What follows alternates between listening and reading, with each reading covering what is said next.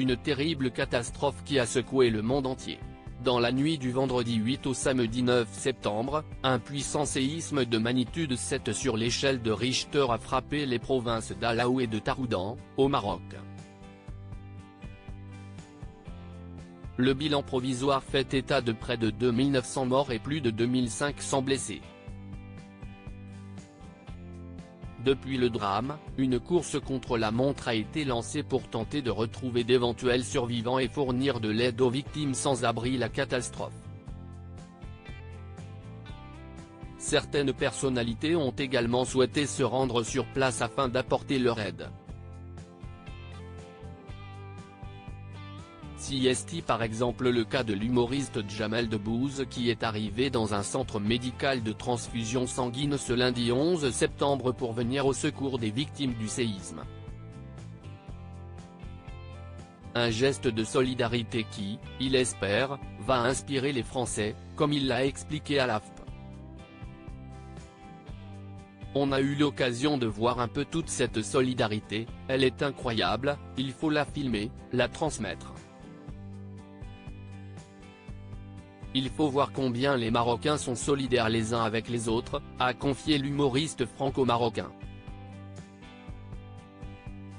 Ali Badou, j'ai eu très peur de leur côté, les chaînes de télévision ont bouleversé leur programme pour revenir sur ce tremblement de terre.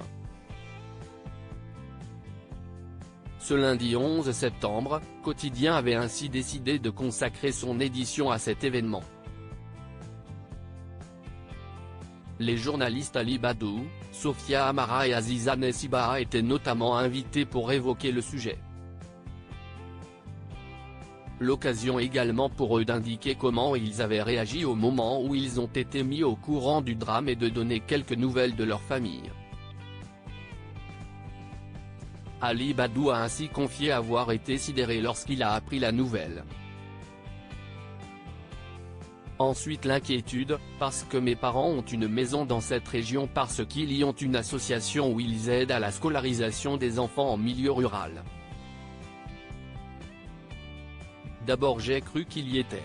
J'ai eu peur, très peur, a-t-il poursuivi. Fort heureusement, ses parents se trouvaient à Rabat à ce moment. Une ville située à 400 km de l'épicentre du séisme mais où ils ont tout de même ressenti les secousses. Depuis, il y a l'émotion et puis la nécessité d'agir. Et la nécessité d'admettre et de voir qu'il y a la solidarité qui s'organise. Moi c'est ce qui me permet un petit peu d'espérer même si on sait que le bilan sera catastrophique et bien pire qu'aujourd'hui, a conclu le nouveau présentateur de la matinale du week-end de France Inter.